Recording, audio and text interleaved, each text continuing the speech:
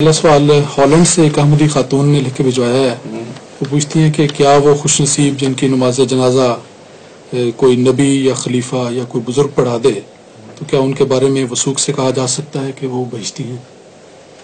کسی کے بارے میں وثوق سے نہیں کہا جا سکتا سوائے ان کے بارے میں جن کے متعلق اللہ تعالیٰ نے شہادت دی. اس کے سوا کسی کے متعلق نہیں کہا جا سکتا. لیکن یہ کہا جا سکتا ہے کہ اگر جس مثلا حضرت اقدس محمد رسول اللہ صلی اللہ علیہ وسلم نے جن کی نماز جنازہ پڑھائی ان کے متعلق قرآن نے ذکر فرمایا کہ پڑھایا کر کیونکہ تیری بخشش ان کے لیے تیرا استغفار ان کے لیے سکینت کا موجب ہے.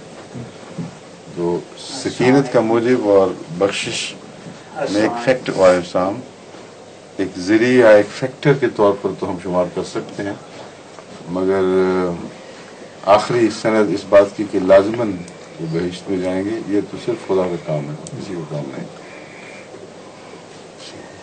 ظہور مہدی آخر زمان